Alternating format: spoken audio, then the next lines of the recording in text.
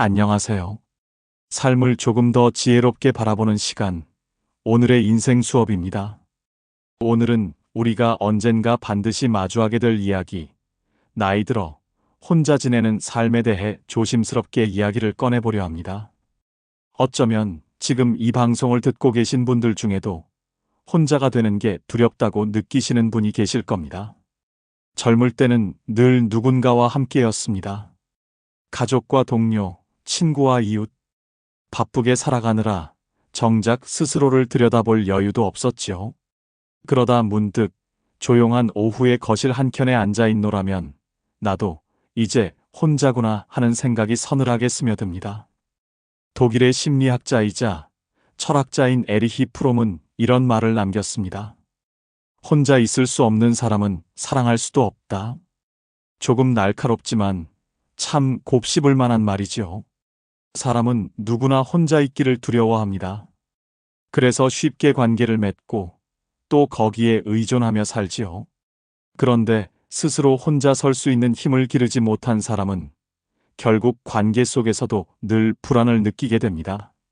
상대가 나를 떠나면 어쩌나, 관심이 줄면 어쩌나 하는 불안 말입니다. 결국 제대로 혼자 설 줄 아는 사람이야말로 오히려 더 건강하게 관계를 맺을 수 있습니다. 필요 이상으로 매달리지도 상처받지도 않으니까요. 얼마 전 상담을 통해 만난 한 60대 남성은 몇 해 전 아내와 사별한 뒤 처음으로 진짜 혼자가 되었습니다. 처음에는 멍하니 하루를 보내기 일쑤였다고 합니다. 늘 옆에서 밥을 챙겨주고 대화를 나누던 사람이 없으니 집안이 너무도 적막했다고 하더군요. 그때 그는 결심했다고 합니다. 이러다간 내가 먼저 무너지겠다. 혼자 살아가는 법을 배워야겠다. 처음에는 마트에서 장 보는 법부터 시작했습니다.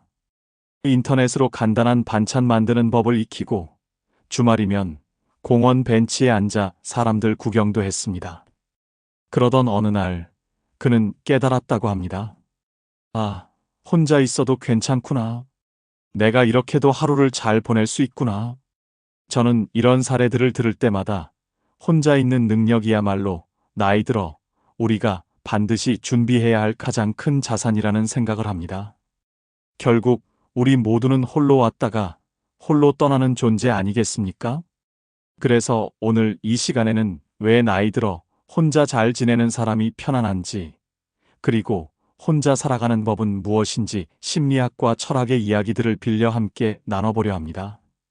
어쩌면 이 시간이 여러분께 조금은 덜 두렵고 조금은 더 자유로운 노후의 문을 여는 열쇠가 되어줄지도 모릅니다.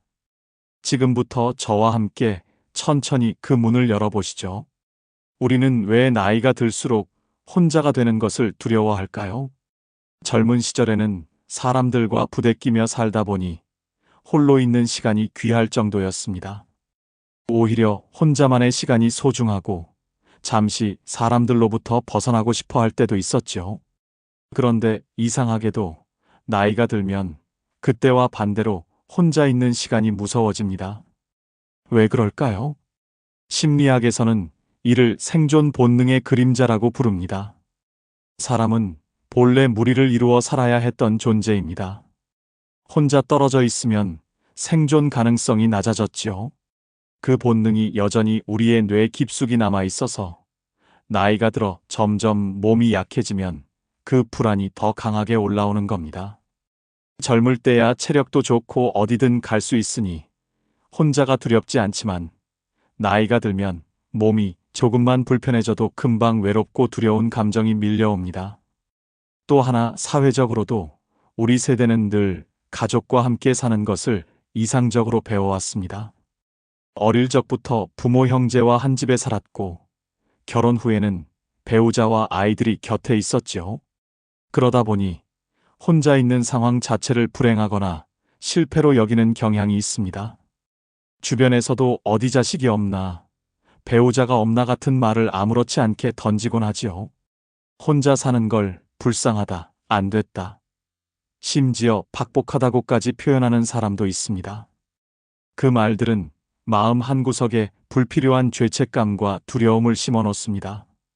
그러나 여러분, 혼자 사는 것이 꼭 불행이나 실패일까요? 영국 옥스퍼드 대학의 사회노년 심리학 연구에 따르면 노년기에 혼자 살더라도 사회적 관계망을 건강히 유지하는 사람들은 오히려 부부가 늘 붙어 사는 경우보다 행복지수가 높게 나타났습니다. 누구에게도 과하게 기대지 않고 자신만의 생활을 주도적으로 꾸릴 줄 알기 때문입니다. 저는 상담실에서 자주 이런 말을 합니다. 혼자 사는 것이 두렵다고 해서 그 두려움을 덮기 위해 억지로 관계를 유지할 필요는 없습니다. 억지로 이어가는 관계는 언젠가 더 큰 상처가 되어 돌아오기 마련입니다. 그러니 혼자 살아야 할 가능성이 점점 높아지는 이 시대에 우리는 그것을 무조건 두려워하기보다는 조금씩 준비하고 익혀야 합니다. 혼자가 될 줄 아는 사람만이 진짜로 다른 사람과 건강하게 연결될 수 있기 때문입니다.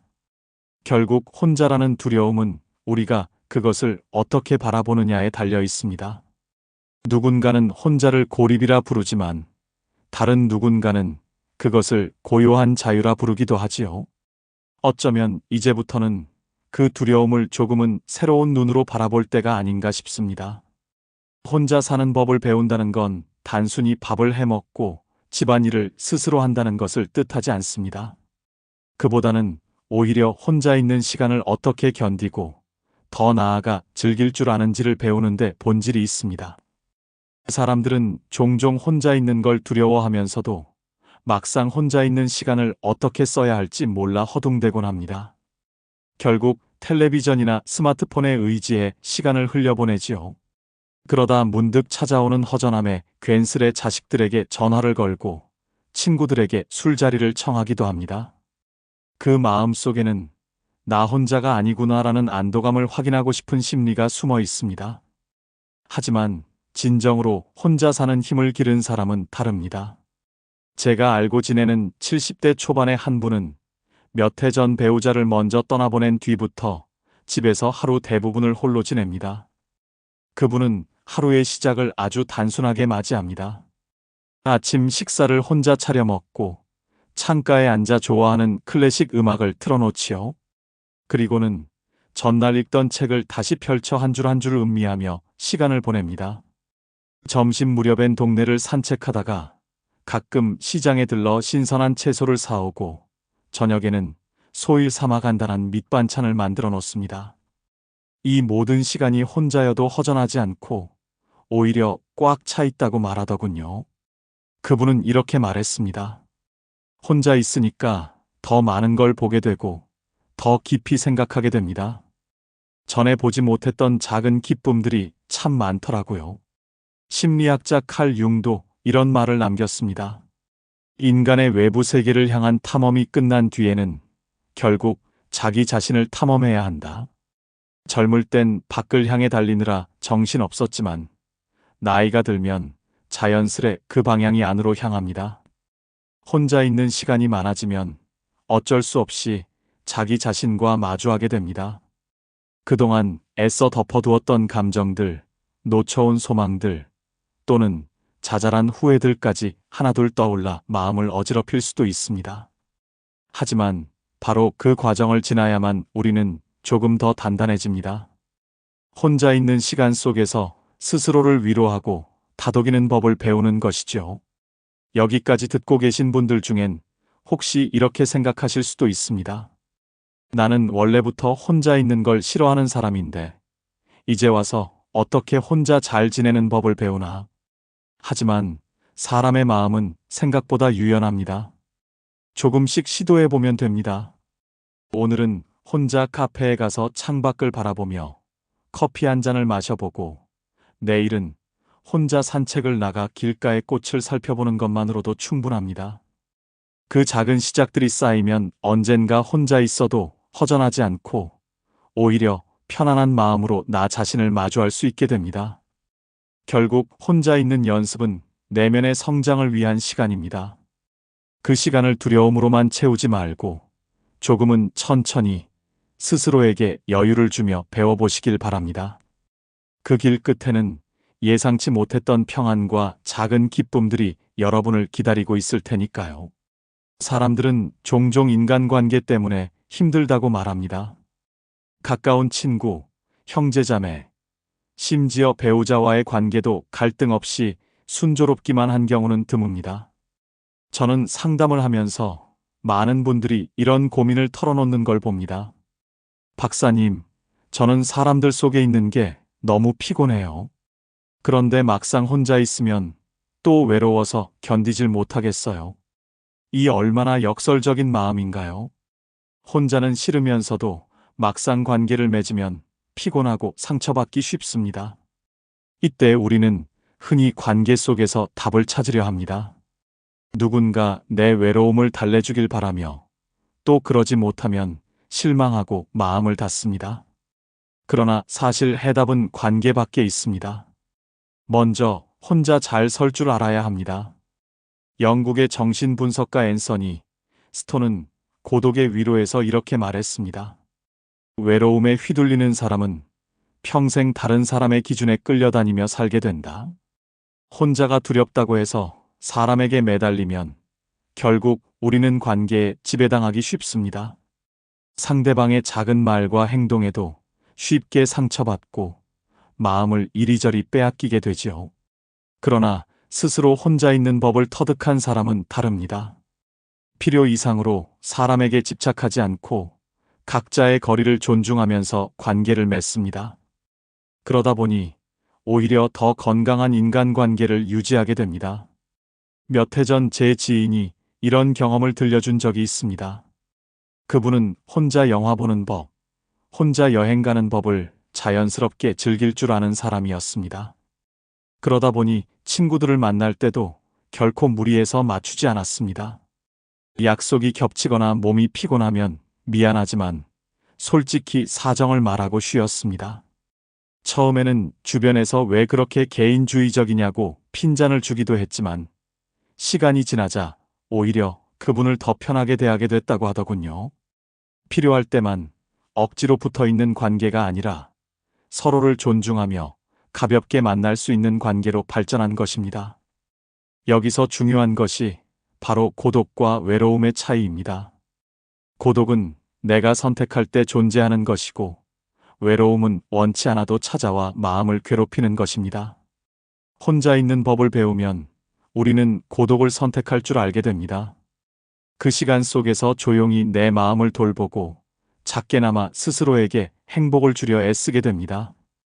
그러니 누군가와 만나더라도 집착하지 않고 자연스러운 거리를 유지할 수 있게 되는 겁니다.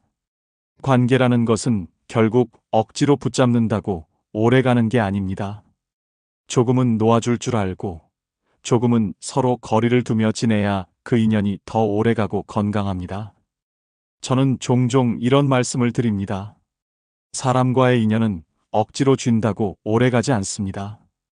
오히려 손을 조금 펴고 마음의 공간을 만들어줄 때 더 오래 머뭅니다. 나이가 들수록 좋은 사람과 건강한 관계를 유지하는 비결은 결국 내 안에 있습니다. 혼자 있는 법을 알면 관계에서도 더 이상 상처받지 않으려고 애쓰지 않습니다. 상대방이 나를 조금 서운하게 하더라도 그것이 곧 내 존재 자체를 부정하는 것은 아니라고 받아들일 수 있습니다.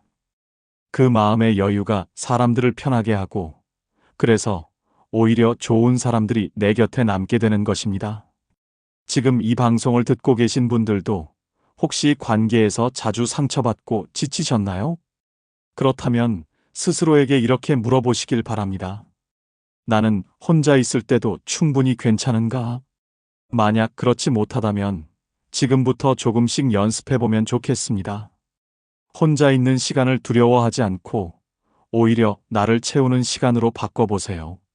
그렇게 혼자 잘 지내는 법을 배운 사람만이 결국 더 많은 사람과도 편안하게 지낼 수 있습니다. 젊은 시절 우리는 늘 바깥 세상을 향해 달려갑니다. 더 좋은 직장, 더 큰 집, 더 넓은 인간관계, 더 많은 재산을 향해 발걸음을 재촉하지요. 그 시절에는 몸도 마음도 튼튼하니 조금 힘들어도 버틸 수 있습니다. 그런데 나이가 들면 사정이 달라집니다. 몸은 쉽게 지치고 예전 같지 않지요. 무엇보다 새로운 도전을 했다가 실패해도 다시 일어설 시간적 여유가 점점 줄어듭니다. 이럴 때 우리는 자연스럽게 외형적 성취에서 눈을 돌려내면을 바라보게 됩니다. 젊었을 땐 보지 못했던 마음속 풍경을 이제야 들여다보는 것이죠. 그것은 결코 후퇴가 아닙니다. 오히려 삶의 깊이를 더해가는 과정입니다. 스위스의 정신분석학자 칼 융은 이런 말을 했습니다. 인간의 삶은 반쯤은 밖을 향해 흐르고 나머지 반은 안을 향해 흐른다. 즉 젊은 날은 밖을 향해, 노년은 안을 향해 가는 것이 자연의 순리라는 뜻입니다. 몇 달 전 상담실에 찾아온 60대 후반의 여성분이 계셨습니다. 평생 가정을 돌보느라 자신을 돌볼 틈 없이 살아오셨던 분이었지요. 자식들이 다 출가하고 남편마저 자주 외출을 하니 처음으로 긴 시간 혼자 남겨지게 되었다고 합니다. 처음엔 허무하고 외로워 많이 우셨답니다. 하지만 어느 날 문득 창가에 앉아 멍하니 비를 바라보다가 이런 생각이 들더랍니다. 나는 왜 이제야 내 마음을 이렇게 바라보고 있나? 그날 이후 그녀는 하루에 한두 시간씩 일부러 혼자 있는 시간을 가지며 손글씨로 짧은 일기를 쓰기 시작했습니다. 자신의 기분, 오래된 기억, 문득 떠오른 소망들을 적다 보니 오히려 마음이 한층 가벼워졌다고 하시더군요. 혼자 있는 시간이 주는 가장 큰 선물은 이런 깨달음입니다. 우리는 늘 사람들과 부대끼며 살지만 정작 가장 오랫동안 함께해야 할 사람은 바로 자기 자신입니다. 그렇다면 나 자신과 좋은 관계를 맺는 법을 배우는 것이야말로 노년을 준비하는 가장 큰 공부 아니겠습니까? 여기서 중요한 건 서두르지 않는 것입니다. 마음을 돌보는 일은 무언가를 빨리 이루는 것과는 다릅니다. 조용히 내 안을 들여다보고 지금 이 순간의 감정을 있는 그대로 바라보는 연습이 필요합니다. 창문 너머 나뭇잎이 흔들리는 모습을 가만히 지켜보거나 좋아하는 음악을 틀어놓고 눈을 감는 것만으로도 충분합니다. 그 속에서 나는 누구인지, 무엇을 좋아하고 무엇을 두려워하는지 조금씩 알아가게 됩니다. 저는 이 방송을 듣고 계신 분들께 꼭 말씀드리고 싶습니다. 지금부터라도 외형적인 것에만 너무 신경 쓰지 마십시오. 당신의 마음이 어떻게 느끼는지를 더 자주 살펴보세요. 젊은 날에는 밖을 향해 달릴 수밖에 없었습니다. 그러나 이제는 그 시절 놓치고 지나온 것들을 천천히 다시 되짚어 볼 시간입니다. 그 과정을 통해 우리는 더 단단해지고 외로움조차 고요한 기쁨으로 바꿀 수 있게 됩니다. 결국 혼자 잘 지낸다는 것은 나를 잘 돌보고 내 마음과 친밀해지는 일입니다. 그것을 깨달았을 때 비로소 우리는 노년이 결코 쓸쓸하기만 한 시간이 아님을 알게 됩니다. 그리고 그때부터가 진짜 내 삶의 주인이 되는 출발점일지도 모릅니다. 이제 우리는 조금 더 구체적으로 이야기해 보려 합니다. 어떻게 하면 혼자 있어도 허전하지 않고 오히려 편안하게 지낼 수 있을까요? 젊을 때부터 미리 연습해 두면 가장 좋겠지만 지금이라도 늦지 않았습니다. 조금씩 바꿔가며 익히면 됩니다. 크게 3가지를 말씀드리고 싶습니다. 첫째는 생활 루틴을 만드는 것입니다. 혼자 살게 되면 가장 두려운 것이 시간이 너무 길게 느껴진다는 점입니다. 누구도 불러주지 않고 누구도 내 하루를 정해주지 않으니 막상 무엇을 해야 할지 몰라 허무해지기 쉽습니다. 그럴 때일수록 작게나마 매일의 일과를 정해보세요. 아침에는 따뜻한 물 한 잔을 마시며 하루를 시작하고 점심 전에는 동네를 한 바퀴 산책합니다. 저녁에는 음악을 들으며 책을 읽거나 가벼운 스트레칭을 하는 시기지요. 이런 소소한 루틴이 쌓이면 어느 순간 혼자 있는 시간이 두렵지 않고 오히려 기다려질 때가 옵니다. 둘째는 적당히 사람을 만나고 작은 모임이라도 꾸준히 다니는 것입니다. 혼자 잘 지낸다고 해서 완전히 고립되는 건 결코 아닙니다. 그 사람은 결국 사회적 동물이어서 완전한 단절은 오히려 마음을 병들게 하지요. 친구들과의 모임, 동호회, 마을 프로그램 같은 데를 정기적으로 다니세요. 거기서 깊은 친구를 만들지 않아도 괜찮습니다. 그저 반가운 얼굴로 가볍게 인사 나누고 일상을 조금 나누는 것만으로도 충분합니다. 이런 관계가 있으면 막상 혼자 집에 돌아와도 그 고요가 더 포근하게 느껴집니다. 셋째는 스스로 마음을 돌보는 습관을 만드는 것입니다. 이를테면 매일 저녁 오늘 하루 좋았던 일을 3가지 정도 떠올려 보는 것도 좋습니다.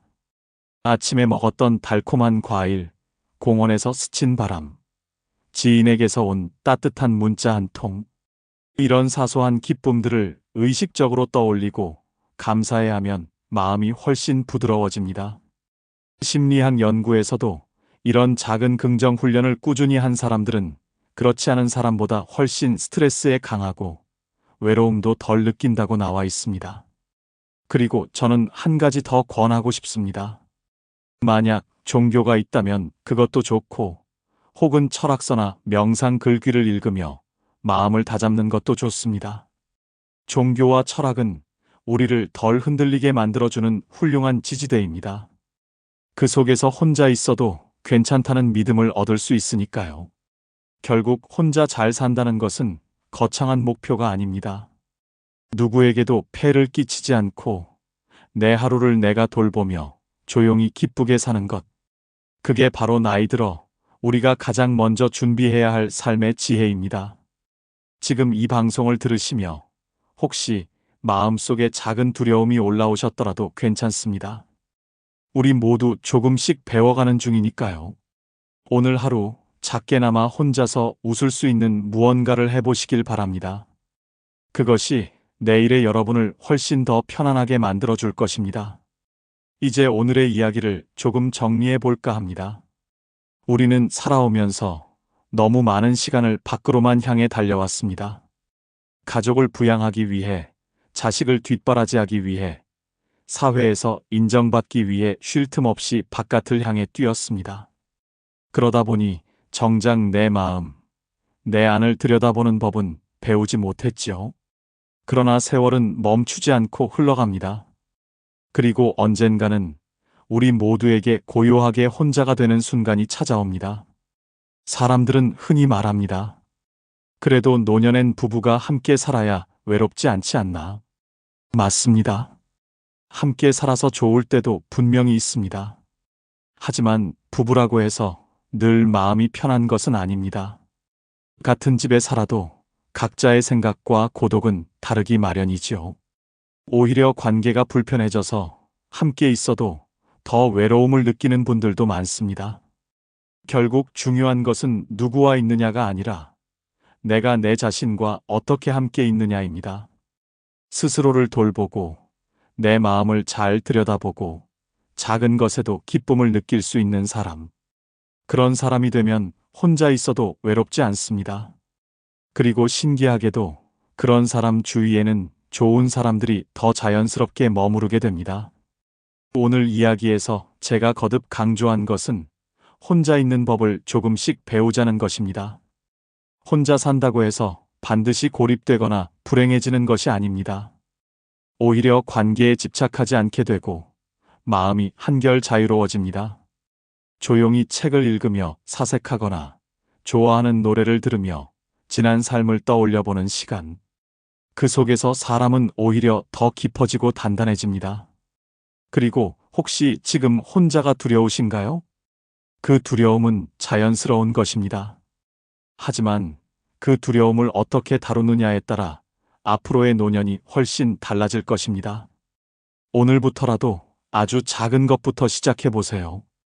혼자 산책을 나가보거나 혼자 밥을 먹을 때 허전한 마음 대신 오늘 내게 좋은 일이 있었는지 떠올려 보세요. 그런 사소한 연습들이 내일의 당신을 훨씬 더 든든하게 만들어줄 것입니다. 끝으로 한 가지 더 부탁드리고 싶습니다. 지금 이 순간 방송을 듣고 계신 여러분, 오늘 이야기 중에 마음에 남은 부분이 있으셨나요? 그렇다면 오늘 하루를 마치기 전에 자신에게 꼭 한마디 칭찬을 해주세요. 나는 잘 살아왔다. 그리고 앞으로도 잘 살아갈 것이다. 이 말만큼 우리의 마음을 다독이는 주문은 없을 테니까요. 여러분의 삶을 언제나 함께 고민하고 응원하는 오늘의 인생 수업이었습니다. 이 방송이 조금이라도 도움이 되셨다면 좋아요와 구독을 부탁드릴게요. 그리고 여러분의 생각도 댓글로 들려주세요. 당신의 삶에 오늘 이 작은 이야기가 따뜻한 위로가 되길 바라며 저는 이만 마치겠습니다. 평안한 저녁 되세요.